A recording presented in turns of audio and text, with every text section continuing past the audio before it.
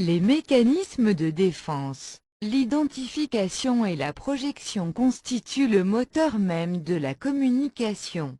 L'identification est un mécanisme psychologique inconscient par lequel un individu tend à ressembler à une autre personne. Chez l'enfant, l'identification est la première forme de l'attachement à un parent.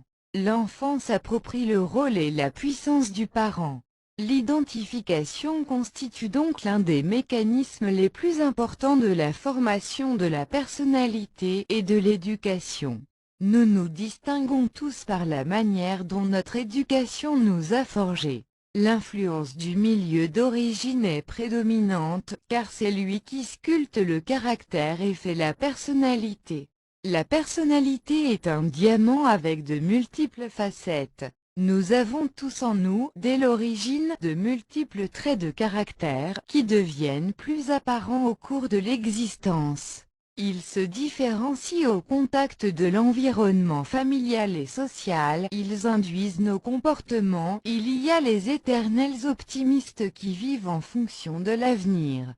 Ceux qui voient les choses dans leurs moindres détails, ceux qui ont l'esprit synthétique, ceux qui sont poussés par une activité incessante, ceux qui restent passifs, se laissent dominer par les autres ou ceux, plus fatalistes, qui vivent au jour le jour. Or l'homme, au cours de son développement et durant toute sa vie, est constamment soumis aux insatisfactions et aux conflits qu'il a rejetés dans son inconscient.